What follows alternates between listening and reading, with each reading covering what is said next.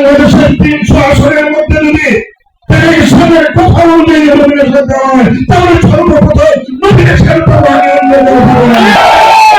ফুলপুরে কৃষক দলের কর্মী সম্মেলন অনুষ্ঠিত। ফয়জুর রহমানের রিপোর্টে বিস্তারিত। গত 2রা আগস্ট বিকাল 5 ঘটিকার সময় ময়মনসিংহে ফুলপুর উপজেলাধীন 8 নং রূপসী ইউনিয়ন কৃষক দলের কর্মী সম্মেলন অনুষ্ঠিত হয়েছে। রূপসী ইউনিয়ন কৃষক দলের আহ্বায়ক মুজিবুর রহমানের সভাপতিত্বে প্রধান অতিথি হিসেবে উপস্থিত ছিলেন সাবেক এমপি ও সাবেক উপজেলা চেয়ারম্যান ও কৃষক দল কেন্দ্রীয় কমিটির সহসভাপতি বীর মুক্তিযোদ্ধা অ্যাডভোকেট আলহাজ আবুল বাশার আকন্দ।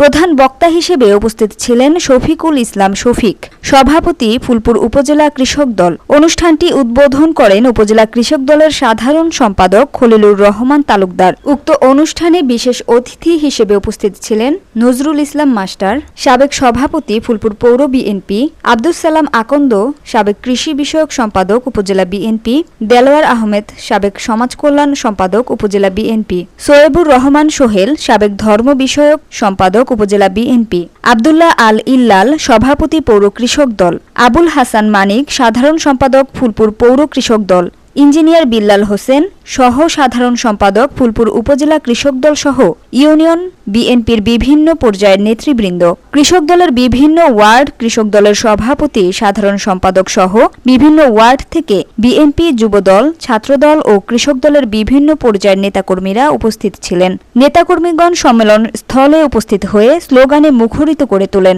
অনুষ্ঠানের শুরুতে অতিথিবৃন্দ জাতীয় ও দলীয় পতাকা উত্তোলনের মাধ্যমে অনুষ্ঠানের আনুষ্ঠানিকতা শুরু করেন। অনুষ্ঠানে অতিথিবৃন্দ তাদের বক্তব্যে বলেন, বর্তমান সময়ে দেশ একটা ক্লান্তিকাল পার করছে। দেশের স্বাধীনতা ও সার্বভৌমত্ব বিনষ্টের জন্য দেশি ও বিদেশি ষড়যন্ত্র চলছে। বিশেষ করে বাংলাদেশ জাতীয়তাবাদী দল বিএনপির বিরুদ্ধে একটা শ্রেণী বিভিন্নভাবে অপপ্রচার চালাচ্ছে, যারা ধর্মকে পুঁজি করে মানুষকে বিভিন্নভাবে ধোঁকা দিচ্ছে। তাই এই সময়ে আমাদের ঐক্যের কোনো বিকল্প নেই। বক্তাগণ আরও বলেন, আমাদের দলের মধ্যেও কিছু দুষ্কৃতিকারী ঢুকে গেছে, যারা বিএনপিকে বিতর্কিত করার জন্য বিভিন্ন অপকর্ম করে যাচ্ছে। এ সকল দুষ্কৃতিকারীদের বিষয়ে আমাদের সজাগ থাকতে হবে। প্রয়োজনে এদেরকে ধরে আইনশৃঙ্খলা বাহিনীর হাতে তুলে দিতে হবে। বিএনপিতে কোনো চাঁদাবাজ সন্ত্রাসীর ঠাঁই নেই।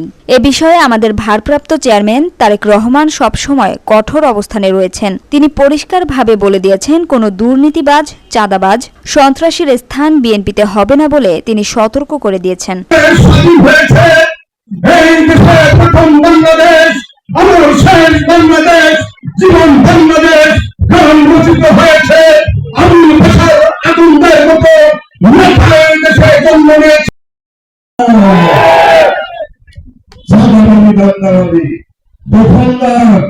তাদেরকে নমিনেশন দেওয়া হবে না, এটা তারেক সাহেবের মুখের কথা।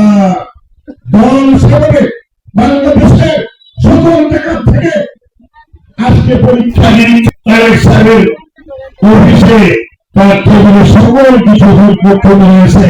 3 দিনের মধ্যে তিনি নমিনেশন দিবেন।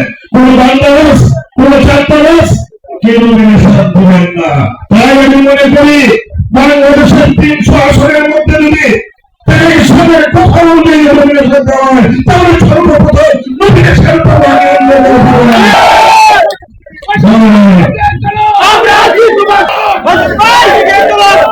Samia Sultana, GBC television.